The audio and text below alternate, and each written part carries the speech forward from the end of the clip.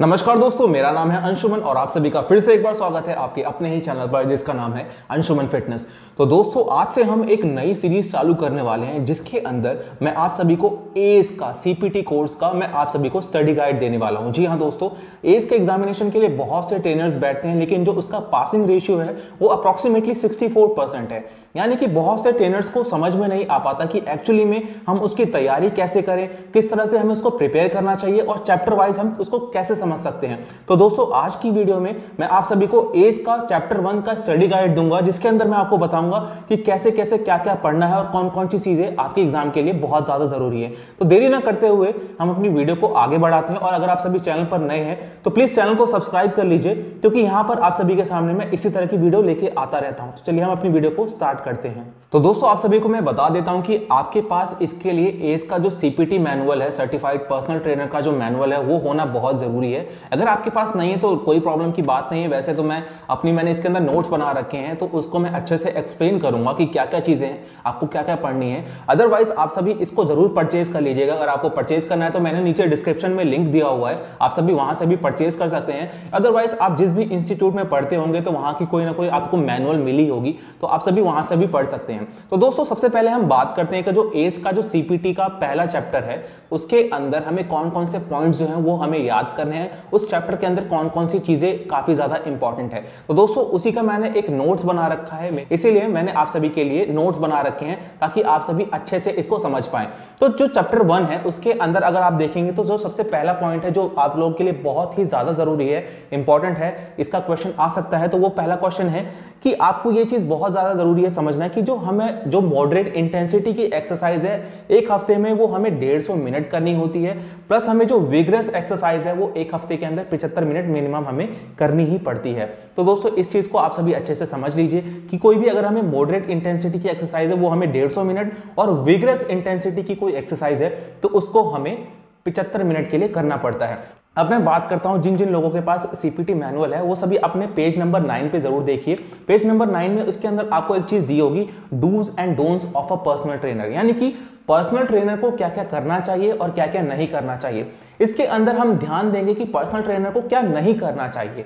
तो चलिए देखते हैं सबसे पहले कि पर्सनल ट्रेनर को क्या क्या चीजें नहीं करना चाहिए। तो सबसे पहला पॉइंट है डायग्नोस नहीं करना चाहिए। जी हाँ दोस्तों, बहुत से मैंने सीपीटी जो पर्सनल ट्रेनर होते हैं जो सर्टिफाइड नहीं होते उनको देखा हुआ है कि जो भी ट्रेनर है वो कोई भी क्लाइंट आता है उनके पास तो वो लोग उसको डायग्नोस करने लग जाते हैं, उसका रीजन जानने लग जाते हैं कि भाई इसके अंदर आपको क्या बीमारी हुई होगी। तो दोस्तों, इसके अंदर हमें क्या करना चाहिए, इसके उल्टे हमें क्या करना चाहिए। जो एस सर्टिफाइड ट्रेनर है उसको इसके विपरीत क्या करना चाहिए। तो दोस्तों, सबसे पहले तो इसके अंदर देखिए, रिसीव एक्सरसाइज और health guidelines from a physician, physical therapist या रजिस्टर्ड डाइटिशियन। यानी कि जो भी गाइडलाइंस मिली हुई है इन डॉक्टर्स की, फिजिशियन की, रजिस्टर्ड डाइटिशियन की, उनकी गाइडलाइंस के तहत हमें उसका वर्कआउट प्लान डिजाइन करना चाहिए। जी हाँ दोस्तों, अब हम बात करते हैं दूसरा डोंट की। एस का सर्टिफाइड पर्सनल ट्रेनर होता है उसको दूसरी चीज क्या नहीं करनी चाहिए। तो दूसरा है प्रिस्क्राइब नहीं करना चाहिए कोई भी एक्सरसाइज।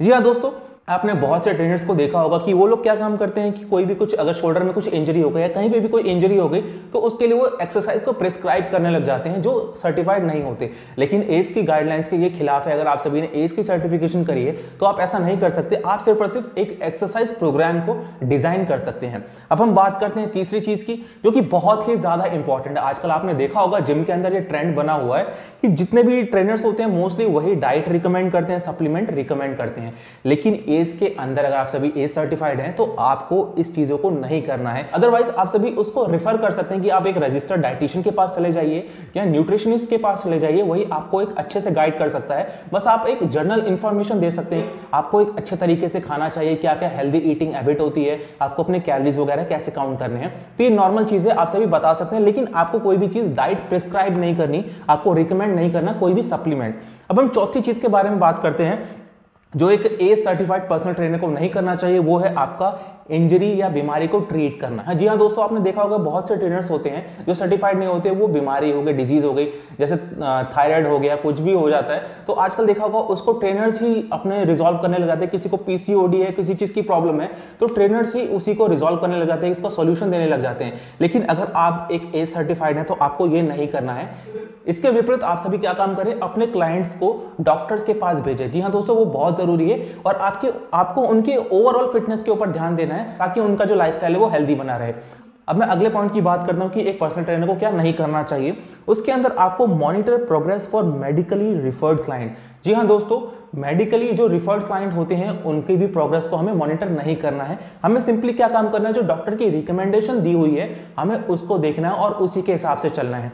अब मैं अगली चीज के बारे में बात करता हूं। छठा पॉइंट जो है वो है रिहैबिलिटेशन। जी हाँ दोस्तों, आपने देखा होगा कि बहुत से लोगों की मान लीजिए शोल्डर इंजरी हो गई या कुछ भी इंजरी हो गई, तो rather than preferring them to कोई फिजियोथेरेपिस्ट या कोई भी ऐसे बंदे के पास उसको भेजने के अलावा जो ट्रेनर्स होते हैं अनसर्टिफाइड होते हैं, वो क्या काम करते हैं, वो अपनी तरफ से ही सारी चीजें करने लग जाते हैं। तो आपको ये चीजें नहीं करनी, उसको एक अच्छे फिजियो के पास भेजना है, अच्छे उसके जो मेडिकल प्रोफेशन से जुड़े हुए बंदे हैं उसके पास भेजना है। सातवां सबसे इंपॉर्टेंट चीज है, आपको इस चीज को भी ध्यान देना है कि आपको अपने किसी भी क्लाइंट को काउंसलिंग नहीं करनी, काउंसलिंग नहीं देनी है आपको। उसके लिए अलग से बंदे बैठे हुए हैं। आपको जैसे कि कोई क्लाइंट आपकी पर्सनल प्रॉब्लम लेके आ गया तो उसके लिए आपको कोई भी काउंसलिंग नहीं करनी। जी दोस्तों, आप में से बहुत से लोगों ने देखा होगा कि जो पर्सनल ट्रेनर जो अनसर्टिफाइड होते हैं वो क्या काम करते हैं, काउंसलिंग करने लग जाते हैं। उनके पारिवारिक रिश्तों के अंदर, घर के अंदर वो सारी चीजें दखल देने लग जाते हैं, बताते हैं कि आप इसको ऐसे कर लीजिए, वो कर लीजिए। ये सब एक पर्सनल ट्रेनर का काम नहीं होता।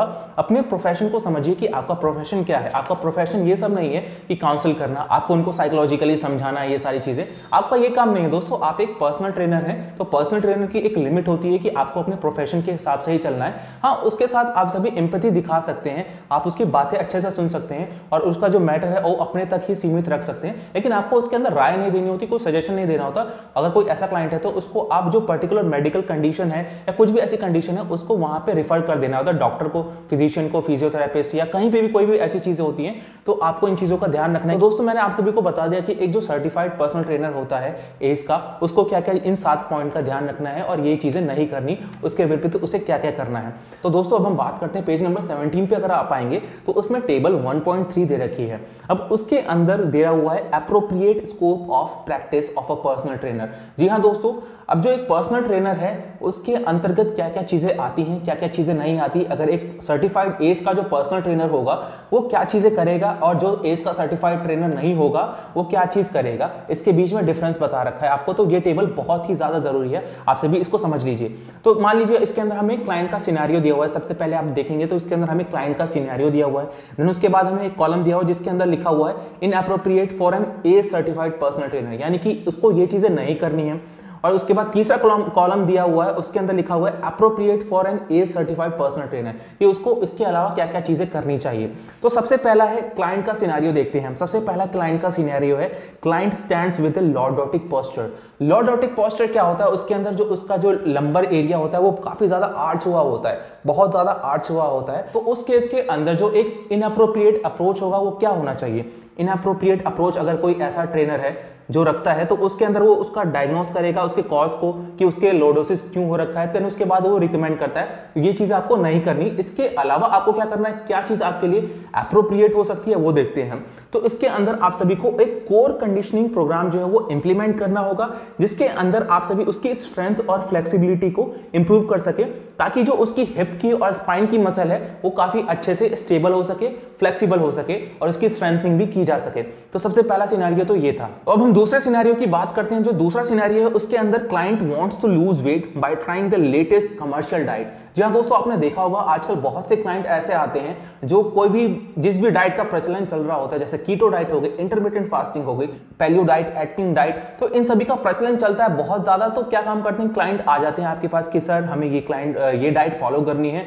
आप बता दीजिए इसके अंदर क्या क्या चीजें कैसे कैसे करनी है।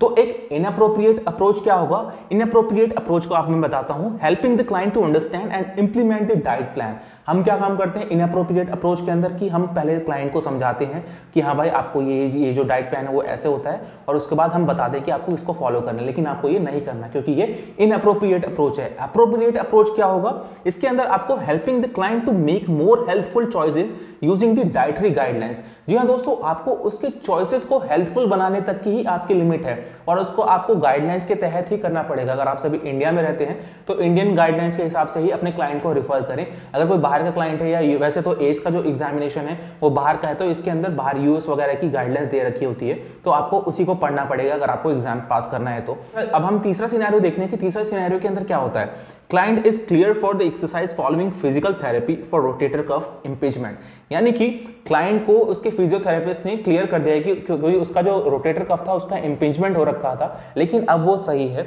उसको उसके फिजियोथेरेपिस्ट ने क्लियरेंस दे दी कि अब आप एक्सरसाइज कर सकते हो। तो उसके अंदर एक इनअप्रोप्रिएट अप्रोच क्या होगा, इनअप्रोप्रिएट अप्रोच के अंदर देखते हैं तो continuing the PNF shoulder mobilization exercise used during physical therapy.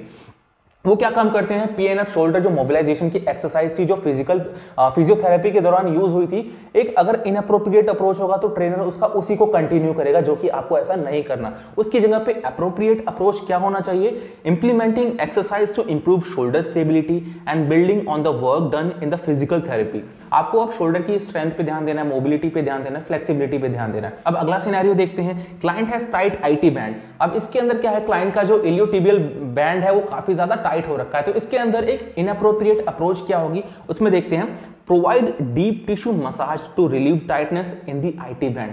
दोस्तों आपने देखा होगा कि कई ट्रेनर जो होते हैं वो अपने क्लाइंट को मसाज देने लग जाते हैं ताकि उसके जो टाइटनेस है वो रिलीव हो सके। आपको ऐसा काम नहीं करना, क्योंकि ये एक इनअप्रोप्रिएट अप्रोच हो जाता है। तो इसके अंदर एक अप्रोप्रिएट अप्रोच क्या होनी चाहिए, देखते हैं।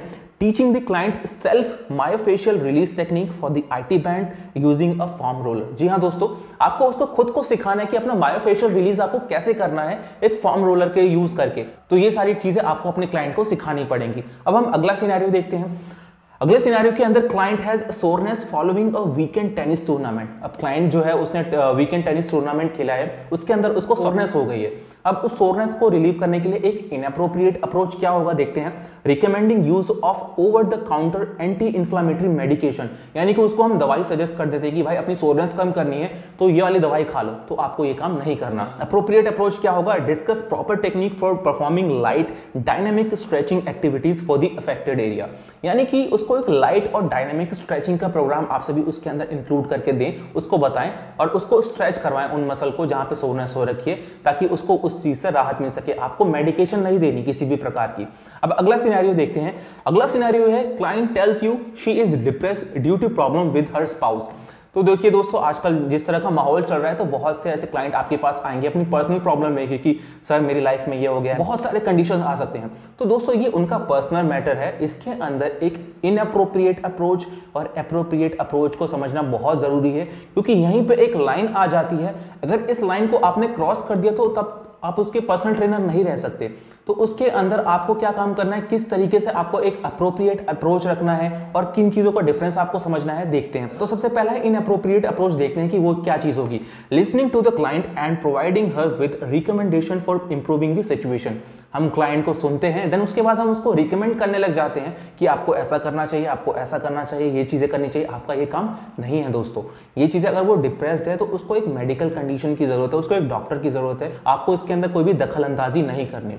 अब इसके अंदर एक अप्रोप्रिएट अप्रोच क्या हो सकता है, तो दोस्तों इस कंडीशन में आपको क्या करना है, एक अप्रोप्रिएट अप्रोच क्या हो सकता है। तो एक अप्रोप्रिएट अप्रोच होगा कि आप उसको एक एम्पैथी के साथ सुनिए, प्लस उसकी गोपनीयता को बरकरार रखिए, अपने तक ही सीमित रखिए, कहीं बाहर मत जाने दीजिए, और आपको कुछ चीजें रिकमेंड नहीं करना। तो दोस्तों ये था चैप्टर 1, इसके अंदर यही चीजें इंपॉर्टेंट है। तो दोस्तों आई होप आपको पहला चैप्टर समझ में आया होगा। अगर आपका कोई भी सवाल है तो प्लीज कमेंट बॉक्स में जरूर लिखिए, और इस चीज की टेंशन मत लीजिए कि आपके पास बुक नहीं है। अगर आपके पास बुक नहीं है तो मैं आपके लिए ऐसे इसी प्रकार के नोट्स बना के आपको मैं समझाऊंगा, ताकि आप सभी एज का एग्जामिनेशन अच्छे से क्लियर कर पाए। तो दोस्तों मैं उम्मीद करता हूं आपको आज की वीडियो पसंद आई होगी। अगर वीडियो पसंद आए तो प्लीज चैनल को सब्सक्राइब करके जरूर जाएं, ताकि मैं आप सभी के सामने ऐसे ही वीडियो लेके आता रहूं। और आपका कोई भी सवाल है तो नीचे कमेंट बॉक्स में जरूर लिखिए। तब तक आप सभी अपना ध्यान रखिए।